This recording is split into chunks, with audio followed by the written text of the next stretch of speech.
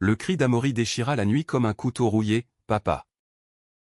Si tu nous aimes vraiment, pourquoi tes poings parlent plus fort que tes mots ?» Romain. Son jumeau sanglotait déjà, le sang coulant d'une lèvre fendue, tandis que la porte de la maison familiale claquait derrière eux. Un portail vers l'exil dans les rues froides de Provins. Cette bourgade médiévale où les secrets pourrissent comme les remparts en ruine. Et dans ce silence assourdissant, sous la lune qui les narguait, ils se prirent la main pour la première fois. Non pas en frères, mais en amants naissants. Scellant un pacte de sang et de larmes, survivre ou mourir ensemble. Les jumeaux Amaury et Romain avaient grandi dans l'ombre bienveillante des remparts de Provins. Cette cité perchée sur ces collines champenoises comme un conte de fées oublié. Nés sous le signe des Gémeaux, ils étaient l'image même de la symétrie parfaite, cheveux châtains ondulés tombant en cascade sur des fronts pâles. Yeux verts hérités de leur mère disparue trop tôt. Et ces sourires en miroir qui illuminaient les marchés du samedi matin. Leur père, Henri, un tanneur bourru aux mains calleuses, les avait élevés seuls après l'accident de voiture qui avait emporté Élise. Leur mère, un soir de verglas. Vous êtes mes garçons, mes miroirs, grommelait-il souvent, en les étreignant un peu trop fort, comme pour compenser l'absence. Mais sous cette rudesse, il y avait une peur viscérale. Celle d'un homme piégé dans les normes d'un village où l'amour se conjugue au masculin et au singulier. Où les ragots glissent comme le vin rosé sur les lèvres des commères. Dès l'enfance, Amaury et Romain étaient inséparables. Un duo fusionnel qui fascinait et agaçait à parts égales. À l'école primaire Saint-Ayoul, ils partageaient non seulement les mêmes bulletins impeccables en histoire et en littérature, mais aussi les mêmes silences complices lors des récréations. Amaury, le plus rêveur, dévorait les romans de Proust dans la bibliothèque municipale, imaginant des amours interdites sous les plafonds voûtés. Romain, plus athlétique, excellait au rugby. Mais ses regards s'attardaient toujours sur les courbes des épaules de ses coéquipiers plutôt que sur le ballon. On est pareil. Toi et moi. Se murmurait-il à Amaury le soir, sous les couvertures de leur chambre commune. Leur corps se frôlant innocemment dans le lit superposé. Innocemment? Peut-être. Mais à 14 ans. Lors d'une colonie de vacances à Fontainebleau. Tout bascula. C'était une nuit douloureux d'orage. L'air chargé d'ozone et de promesses adolescentes. Le camp était un chaos joyeux de tentes kaki et de feux de camp crépitants. Amaury et Romain, délégués de leur troupe, s'étaient isolés dans les bois pour « discuter », disaient-ils aux autres. Mais sous les chênes centenaires, loin des rires étouffés, leurs lèvres se rencontrèrent pour la première fois. Un baiser maladroit, tremblant, comme un oiseau qui teste ses ailes. C'est nous contre le monde, souffla Amaury, les joues en feu. Romain, les yeux brillants, répondit par un étreinte féroce, leur cœur battant à l'unisson. Ils rentrèrent au camp la main dans la main, ivres de cette découverte, ignorant que le monde, ce traître, guettait déjà. Le retour à Provins fut un mensonge piégé. Les semaines suivantes, ils naviguaient entre la joie clandestine et la terreur grandissante. Des regards obliques au supermarché. Des chuchotements chez le boulanger, les garçons de Henri. Ils sont bizarres? Non. Henri, lui, flairait le vent tourné. Un soir, en rentrant d'une partie de pêche sur la Voulzie, il les trouva enlacés sur le canapé. Un film romantique à l'écran. Le silence qui suivit fut plus assourdissant qu'un coup de tonnerre. « Qu'est-ce que c'est que ça » rugit-il. Son visage virant au cramoisi. Amaury tenta d'expliquer. Romain de nier. Mais les mots se brisèrent comme du verre sous les poings d'Henri. Pas de coup mortel. Non, il n'était pas un monstre. Mais des gifles qui marquèrent plus l'âme que la chair. Dehors. Hors de ma maison. Sale pédé. Hurla-t-il. Vomissant les insultes qu'il avait dû ravaler toute sa vie. Ils fuirent dans la nuit. Sac à dos hâtivement bourré. Direction la gare de Montaureau. 15 ans. Sans un sou. Sans un allié. Le train pour Paris les avala comme un ventre affamé, les déposant dans la capitale sous une pluie battante. Les premières nuits furent un cauchemar, squat puant du 18e arrondissement, où les ombres des sans-abri murmuraient des propositions obscènes. Amaury pleurait en silence. Romain serrait les dents, protégeant son frère comme un lionceau son jumeau. On va s'en sortir, promettait-il, en mendiant des croissants aux terrasses des cafés. Mais la survie rongeait leur innocence. Ils trouvèrent refuge chez une association pour jeunes LGBTQ+. Un foyer anonyme où des bénévoles aux yeux fatigués leur apprirent les rudiments, préservatifs, thérapie de groupe. Et ce mot-clé. Résilience. C'est là. Dans une salle aux murs couverts de posters arc-en-ciel, qu'ils rencontrèrent leur premier amour platonique, un activiste nommé Laurent, qui les encouragea à rêver plus grand. La France est belle. Mais elle est étroite d'esprit. Allez aux États-Unis. Là-bas, l'amour est une révolution quotidienne. Les jumeaux, affamés de liberté, postulèrent pour un programme d'échange scolaire. Miracle, une bourse pour un lycée à New York, financée par une fondation queer.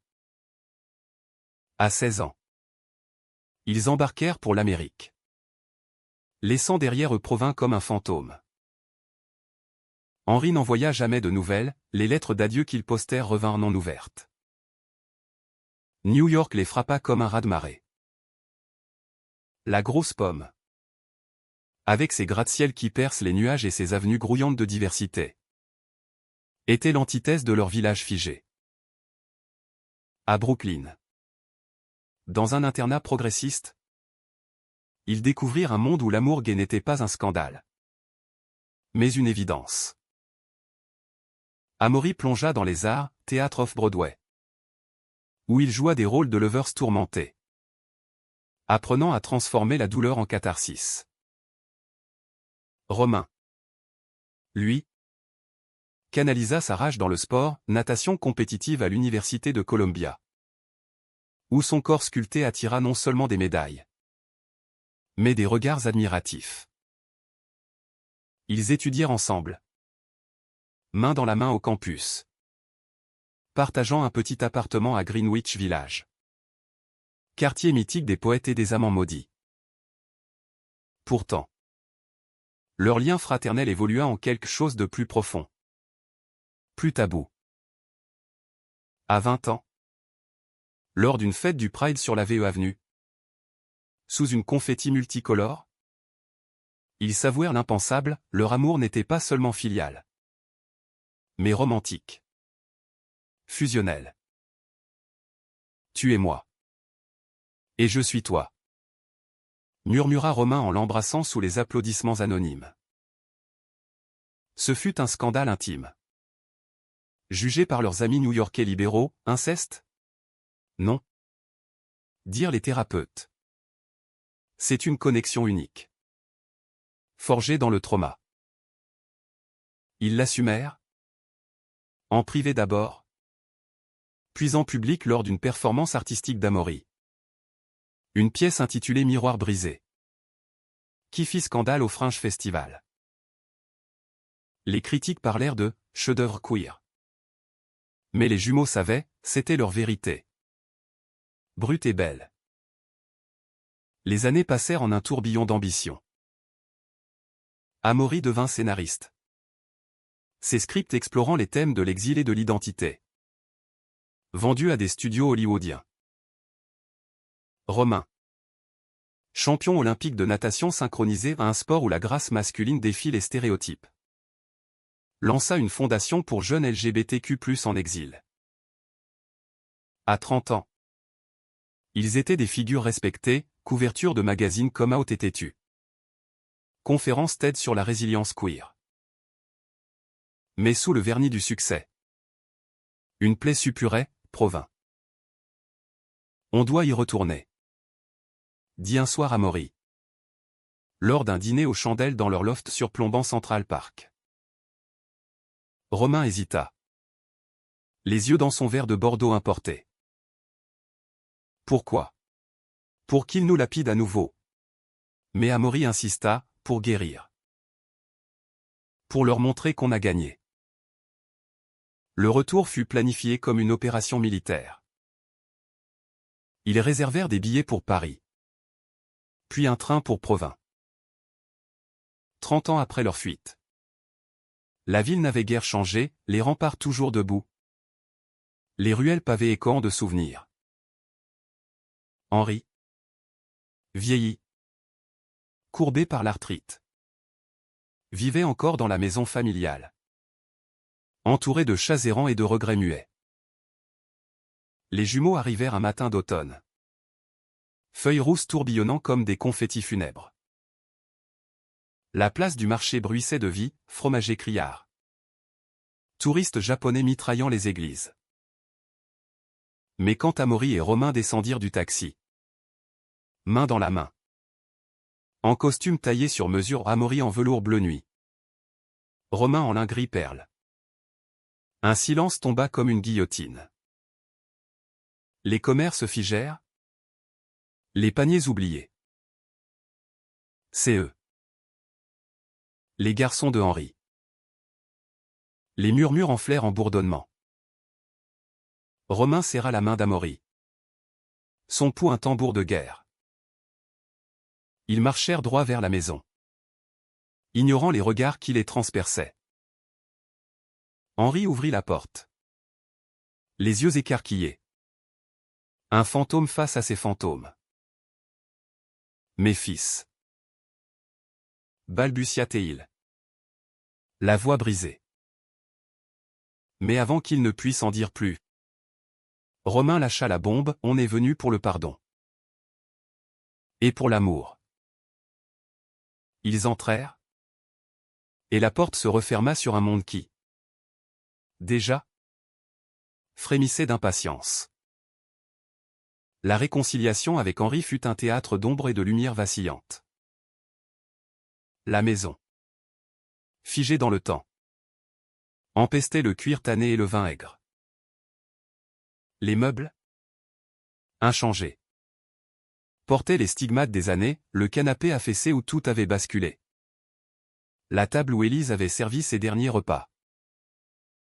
Henri. Assis dans son fauteuil usé. Les fixait comme s'ils étaient des apparitions. Ses mains tremblaient. Non de colère cette fois. Mais d'un effroi mêlé de honte. J'ai été un lâche. Avoua-t-il d'une voix rauque. Après un silence qui dura une éternité. Amaury. Le cœur en vrac. S'agenouilla près de lui. On le sait. Papa. Mais on est là. Romain. Plus distant. Se contenta d'un hochement de tête. Ses yeux verts sondant les rides paternelles comme pour y lire un repentir sincère. Les jours suivants furent une danse maladroite sur des braises. Il parlait peu des années perdues aux les nuits new-yorkaises. Les amours fugaces. Le scandale de leur relation intime. Au lieu de cela, ils évoquaient Élise, ses rires cristallins. Ses recettes de tarte aux pommes qui embaumaient la cuisine. Henri, rongé par la solitude, confessa ses propres tourments, une jeunesse étouffée à Provins. Un mariage hâtif pour faire comme tout le monde.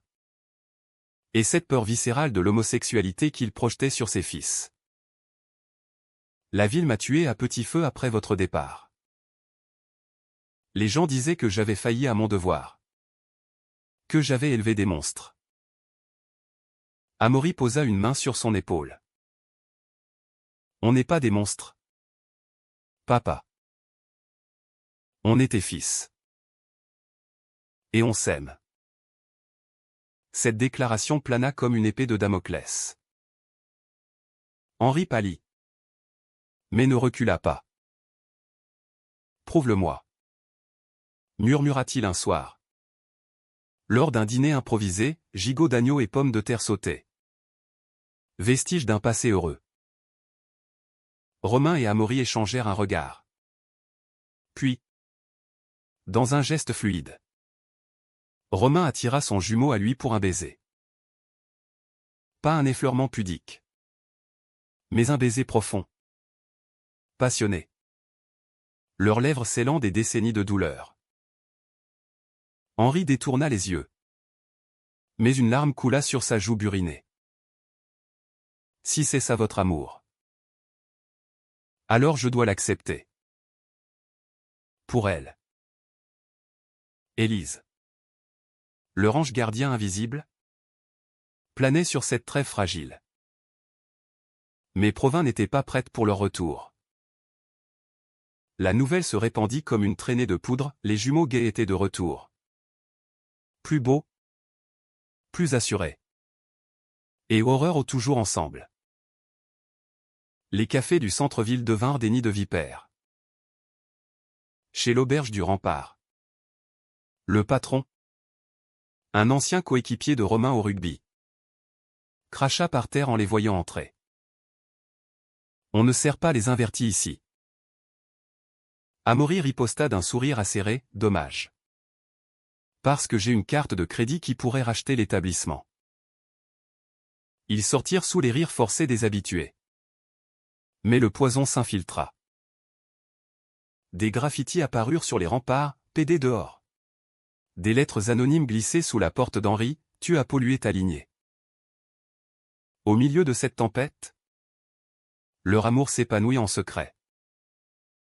Les nuits dans leur ancienne chambre, transformée en chambre d'amis, étaient un havre de tendresse.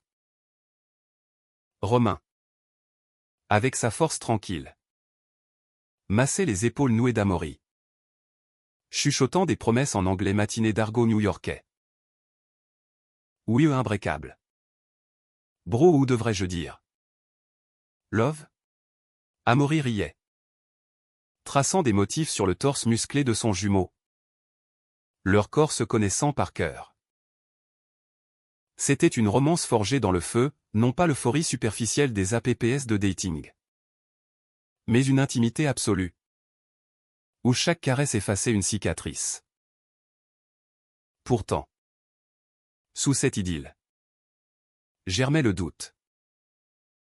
Romain, hanté par les regards hostiles, murmurait, et si on fuyait à nouveau? Vers la Côte d'Azur. Ou même de retour à Brooklyn? Amaury secouait la tête.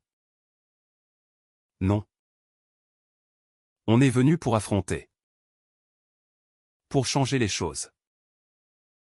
Le conflit éclata lors de la fête médiévale. Événement annuel qui transformait Provins en un carnaval d'époque, chevalier en côte de maille. Ménestrel et tournois de joute. Les jumeaux, invités par Henri pour « montrer bonne figure », décidèrent de s'impliquer. Amaury proposa une performance théâtrale, une pièce courte sur deux frères exilés revenant chez eux. Inspirés de leur vie. Romain, relutant, accepta d'y jouer le rôle principal lui-même. En somme, la mairie, prise au dépourvu, accorda une petite scène sur la place des marchés. Ça ajoutera du piquant. Ricana le maire. Un politicien aux moustaches jaunies. Sous-estimant le raz-de-marée. La veille. La tension culmina en privé. Henri, ivre de Calva, confia un secret enfoui, votre mère. Elle savait.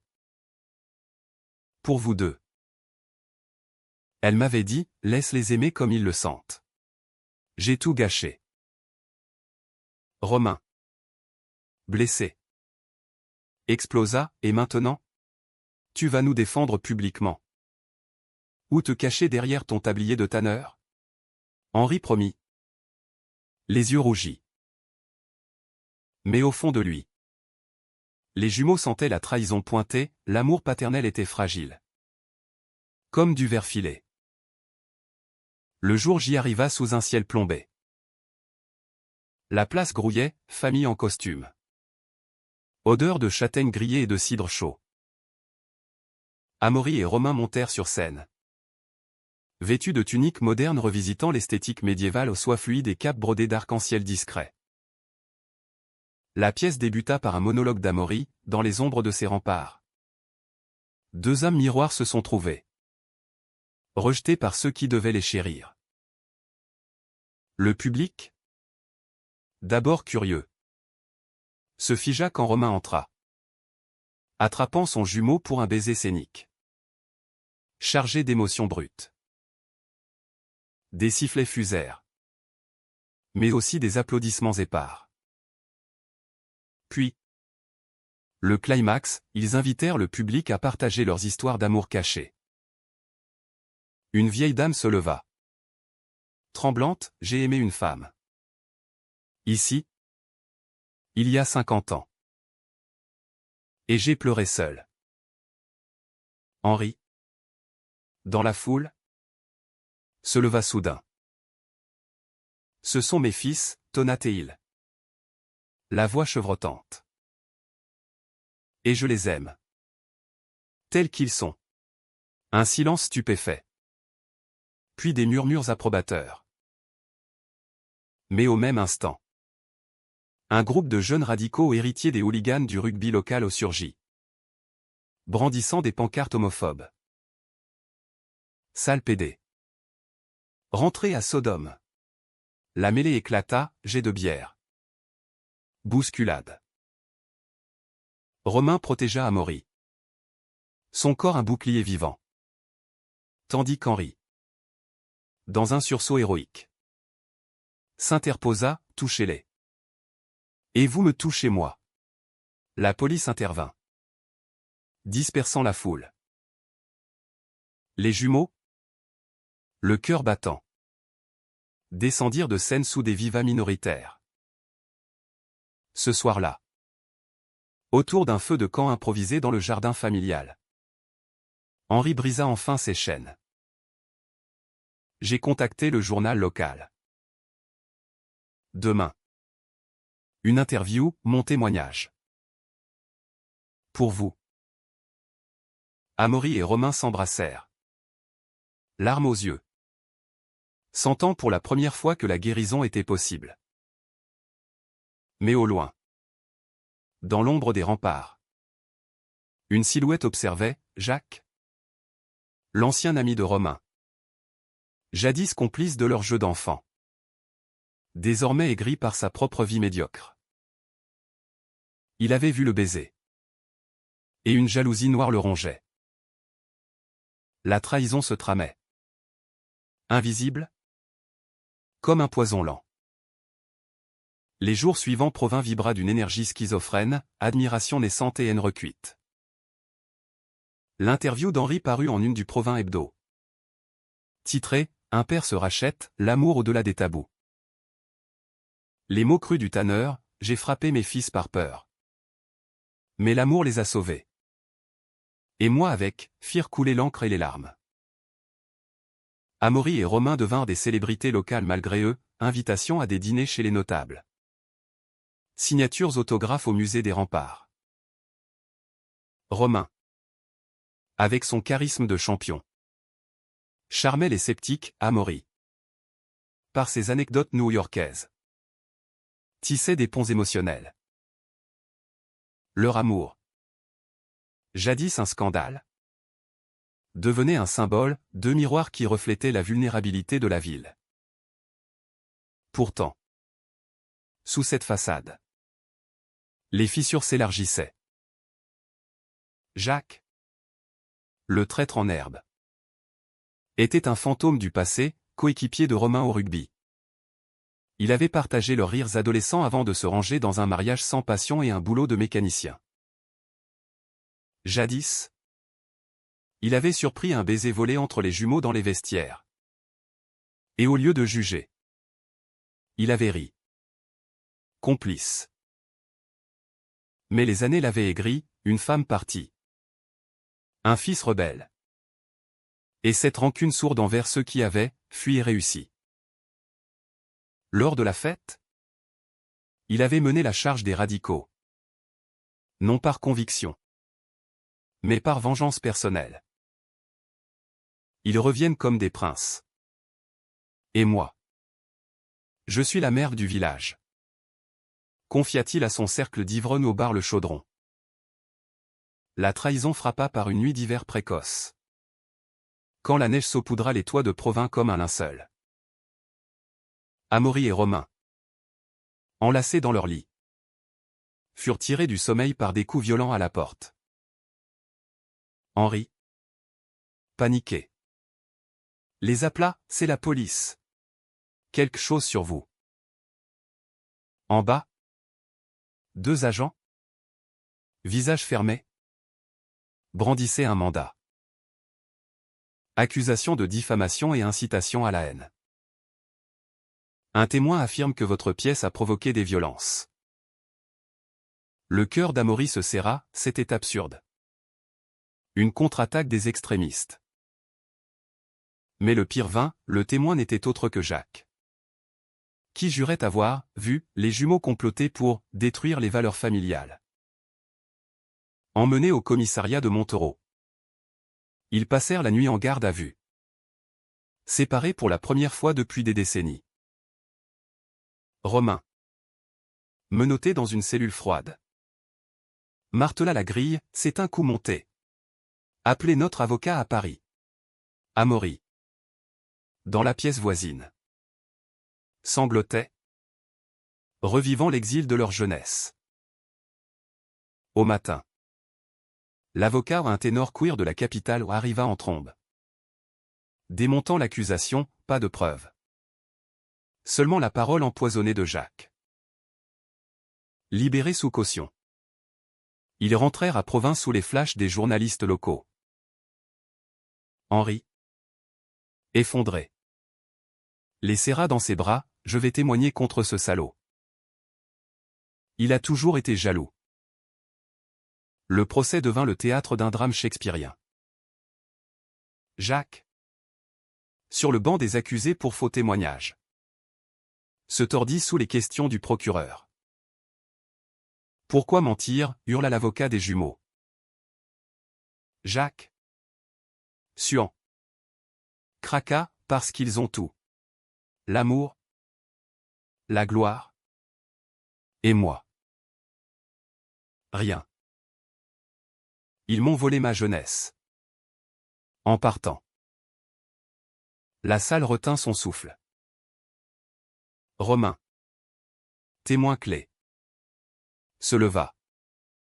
Voix tremblante mais ferme, Jacques. On était amis. Tu savais pour nous. Et tu nous as protégés. Pourquoi maintenant? Les yeux de Jacques s'embuèrent, parce que voir votre bonheur. Ça me rappelle ce que j'ai perdu. Ma femme m'a quitté pour une autre. Et mon fils. Il est comme vous. Gay. Et je n'ai pas su l'aimer. Ce revirement fissura l'assemblée. Le juge, un homme d'une cinquantaine d'années au regard las, suspendit l'audience. Dans les couloirs, Amaury approcha Jacques, tendant une main. La douleur n'est pas un monopole. Laisse-nous t'aider. Pour ton fils. Jacques s'effondra en sanglots. Confessant tout, les nuits d'ivresse. La haine autodestructrice. Le procès s'acheva par une transaction, rétractation publique de Jacques. Excuse aux jumeaux. Et une recommandation pour thérapie familiale. Provins. Témoin muet. Commença à murmurer non plus de scandale, mais de compassion.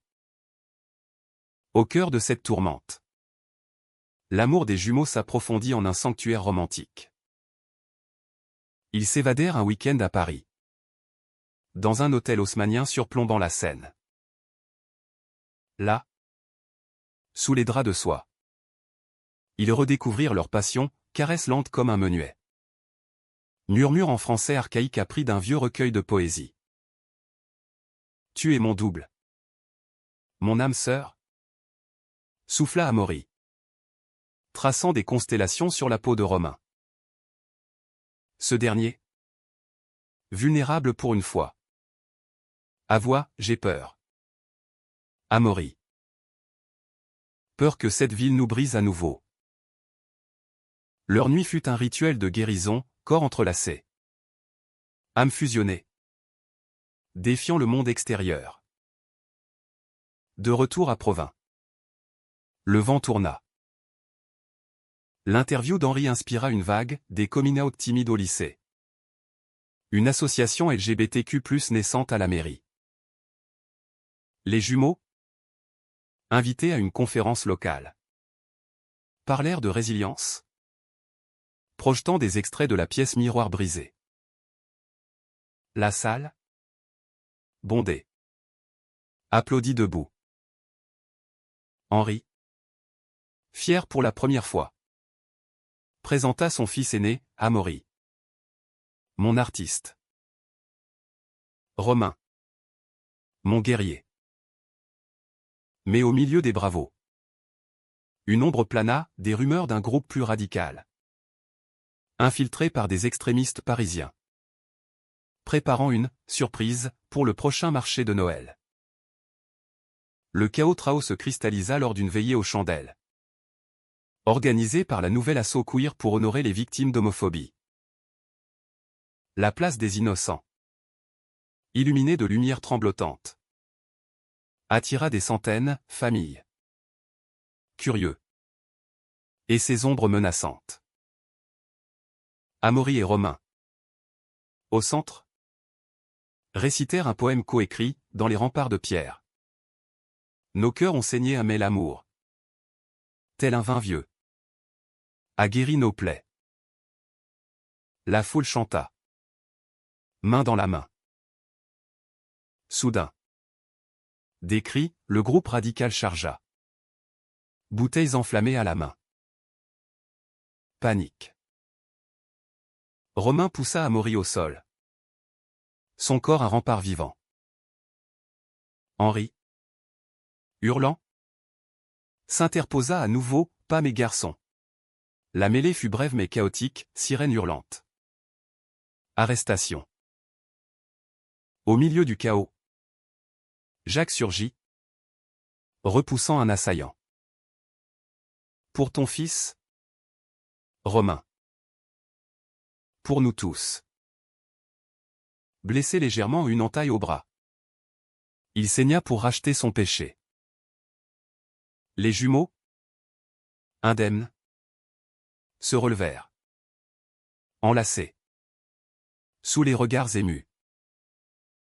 Ce geste non pas un baiser choc, mais une chaîne humaine formée par les villageois protégeant les leurs choqua Provins au plus profond, l'amour, enfin, triomphait de la haine. L'après-chaos fut un baume sur les plaies collectives.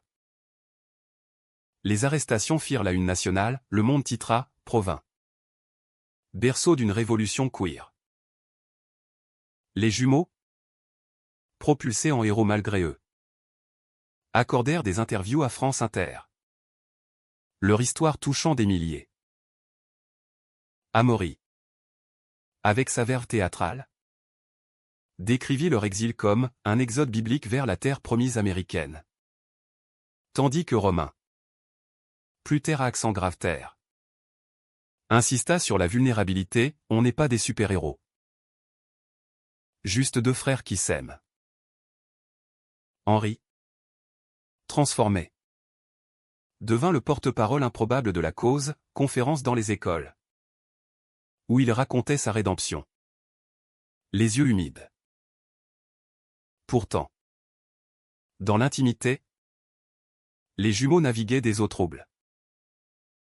Le danger passé. Les doutes ressurgirent.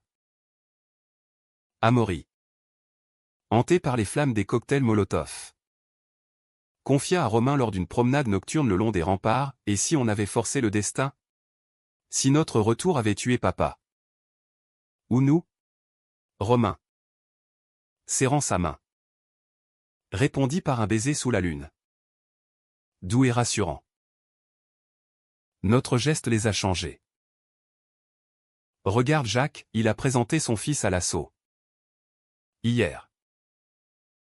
Un gamin de 16 ans. Terrifié. Qui maintenant sourit. Leur amour. Mis à l'épreuve. En sortie plus nuancée, non une fusion aveugle. Mais un choix conscient. Jour après jour. Jacques. Lui. Incarna la rédemption humaine. Après son acte héroïque. Il chercha les jumeaux. Tête basse. Un bouquet de roses fanées à la main, geste maladroit.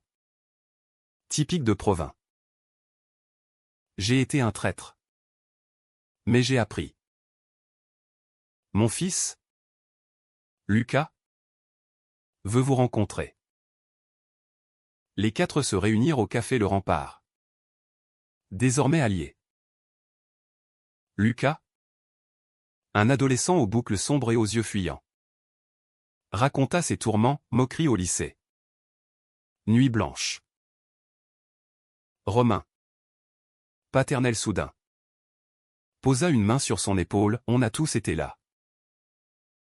Mais l'amour te porte. Amaury offrit un script, une pièce pour ado queer, où Lucas tiendrait un rôle. Jacques, ému, murmura, merci. Vous m'avez sauvé. En me sauvant lui.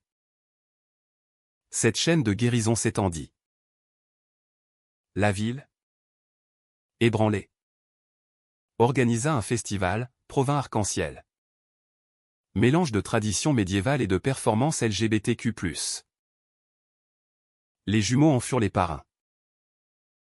Lors de la générale, Amaury dirigea une troupe mixte, hétéro, gay, trans, tous en costume hybride, armure brodée de rubans multicolores. Romain anima un atelier sport, natation inclusive, où père et fils plongeaient ensemble, brisant les barrières. Henri, fier, tint un stand de tannage, éthique, expliquant comment le cuir, jadis symbole de virilité toxique, pouvait vêtir tous les amours. Mais le vrai conflit intérieur frappa Romain comme un uppercut. Lors d'une visite à Paris pour une projection de son documentaire sur les exilés queer co-réalisé avec Amaury, il rencontra un ancien amant new-yorkais. Un danseur charismatique nommé Théo. Une nuit d'égarement, vers trop nombreux. Souvenirs enivrants. Et un baiser impulsif dans un club du Marais. Romain rentra à Provins rongé par la culpabilité, confessant tout à Amaury sous la pluie battante. C'était une erreur. Une faiblesse. Mais toi, tu es mon tout. Amaury, dévasté, hurla, comment peux-tu? Après tout, on est censé être un. La dispute fit rage, accusation de trahison. Peur d'abandon. Romain, à genoux, pleura, j'ai eu peur de nous étouffer. De notre intensité. Cette fissure mena à une crise profonde. Amaury s'enferma dans sa chambre, revivant l'exil comme une boucle infernale. Romain, désespéré, consulta un thérapeute parisien spécialisé en relations queer. Votre amour est unique, mais humain. Il a besoin d'air.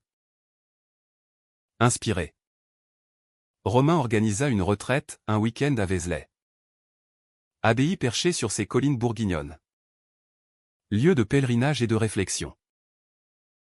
Là, sous les voûtes romanes, ils parlèrent des heures, des joies de New York, des ombres de Provins, et cette peur mutuelle de l'éternité. On n'est pas fusionnel au point de s'annuler, conclut Amaury, tendant la main. Leur réconciliation fut physique et spirituelle, une nuit d'amour tendre. Explorant non la possession, mais la liberté dans l'union. De retour, renforcés, ils affrontèrent le climax public. Le festival battait son plein, musique folk queer. Stand de vin lesbien. Et la pièce phare, une version étendue de Miroir brisé. Avec Lucas en guest. La nuit de la première. La place des marchés déborda, Milam sous les étoiles. Au milieu du spectacle. Un twist, Romain et Amaury. Sur scène. Renouvelèrent leurs vœux au nom un mariage.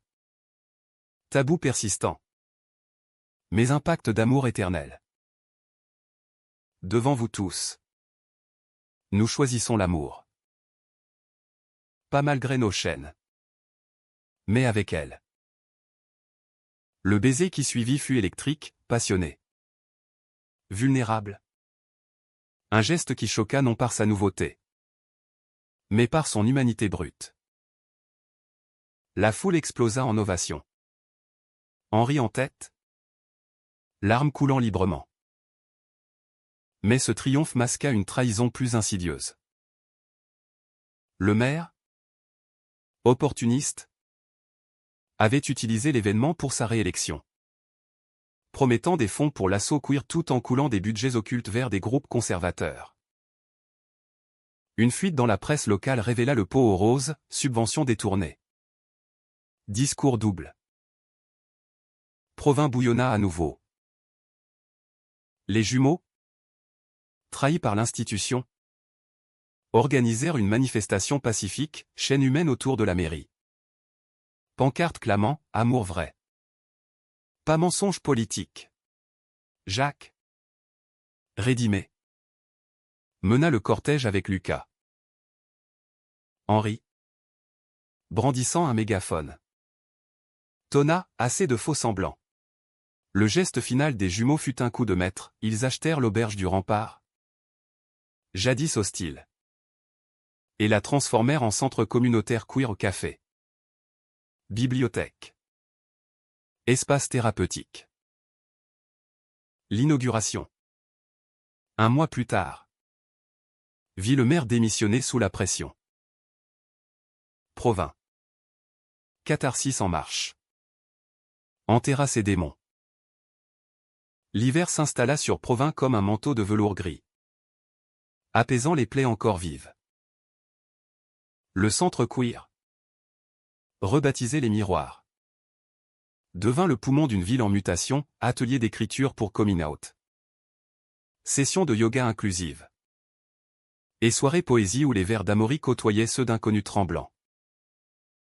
Romain, avec son flair entrepreneurial, lança des partenariats, natation pour tous à la piscine municipale, sponsorisé par sa fondation américaine.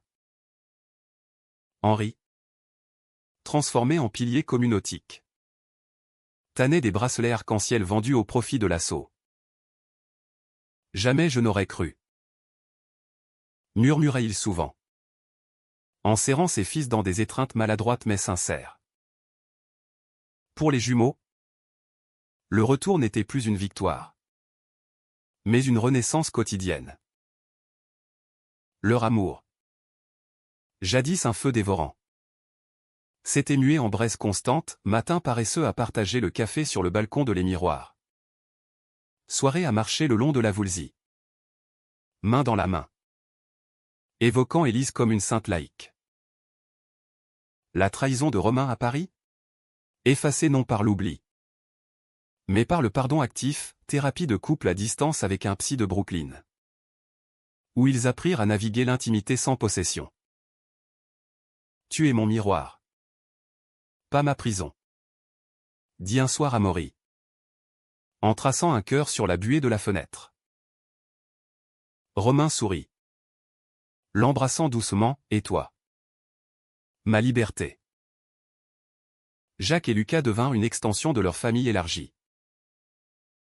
Le père, sobre depuis 6 mois, suivait des groupes d'entraide, le fils, étoile montante de la natation locale.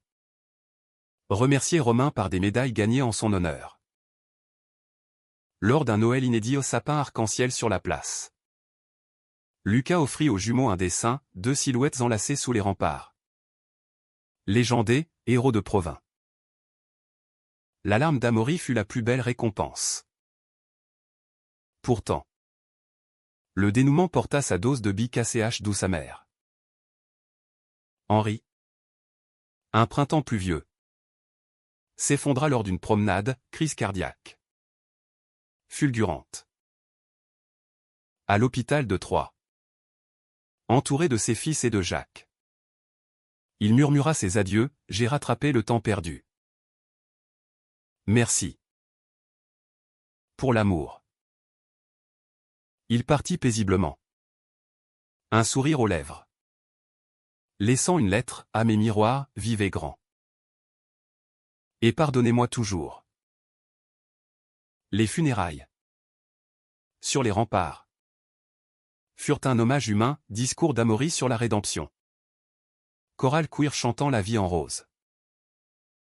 Provins pleura non un père homophobe, mais un homme guéri. La perte forgea les jumeaux plus profondément. Ils créèrent la fondation Élise Henry. Bourse pour jeunes exilés LGBTQ+ français vers l'Amérique boucle bouclée. Amaury écrivit un roman. Rempart intime. Best-seller qui humanisa leur saga, amour fraternel romantique non comme tabou, mais comme miracle. Romain, quant à lui, remporta une médaille d'or aux JO de Paris 2024. Dédiant sa victoire à « mon amour »,« mon frère »,« ma ville ». Le geste final qui choqua Provins et le monde fut une installation artistique, sur le pont de la Rosette. Une sculpture de 2 miroirs brisés mais recomposés. Gravés de leur nom. Inaugurée lors d'un Pride local. Elle attira des pèlerins queer du pays entier. En se reflétant dedans, on voyait non son visage seul, mais multiplié. Unis. C'est nous, dit Romain à Amaury. Enlacés sous le soleil couchant. Et c'est eux. Tous. Des années plus tard. Gris et sages. Ils rentrèrent à Brooklyn pour une retraite. Mais Provins resta leur ancre. Leur histoire. Tissée de drames. Trahison et tendresse. Appris à la ville et au monde que l'amour, même rejeté, revient toujours. Plus fort, plus humain. Et dans les ruelles pavées, les remparts murmuraient désormais non des secrets pourris, mais des promesses d'arc-en-ciel.